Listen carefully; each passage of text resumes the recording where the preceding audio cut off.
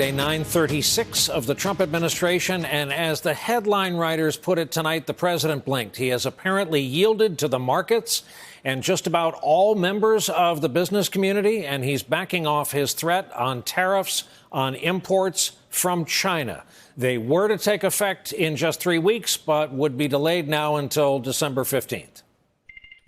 We're doing this for Christmas season, just in case some of the tariffs would have an impact on U.S. customers, which so far they've had virtually none. The only impact has been that we've collected almost $60 billion from China, compliments of China. But just in case they might have an impact on people, what we've done is we've delayed it so that they won't be relevant to the Christmas shopping season.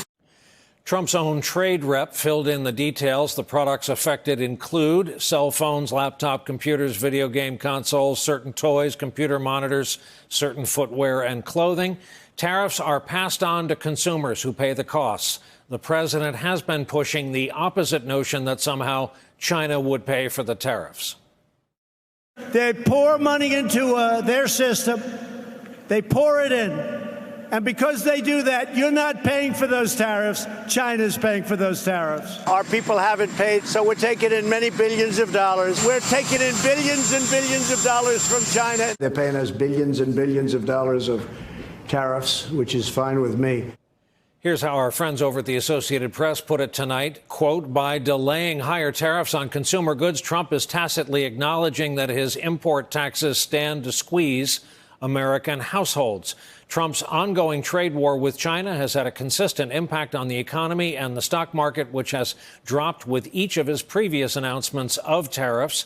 Today, stocks rose after his announcement that he's delaying some of the tariffs, but there remains uncertainty about our economy. Politico reports there are concerns on Wall Street about growing recession warnings and that, quote, over just the last few days, economists at Goldman Sachs, Morgan Stanley, Bank of America all warned that Trump's bitter trade war with China is taking a bigger bite of economic growth than expected. Today, Trump seemed to hope that some sort of trade deal with China could be reached, but Beijing is dealing with a bit of a distraction right now in Hong Kong. More on this potentially monumental story ahead for us this hour. In the meantime, Trump today went to Pennsylvania to talk to workers at a Shell chemical plant to reassure them about his handling of the economy, but the event came off a lot more like one of his rallies. And I put a little thing called a 25% tariff on all of the dump steel all over the country. And now your business is thriving. I don't know who's going to win, but we'll have to hit Pocahontas very hard again if she does win. But she's staging a little bit of a comeback. What a group. Pocahontas and Sleepy Joe. I don't think they give a damn about Western Pennsylvania, do you?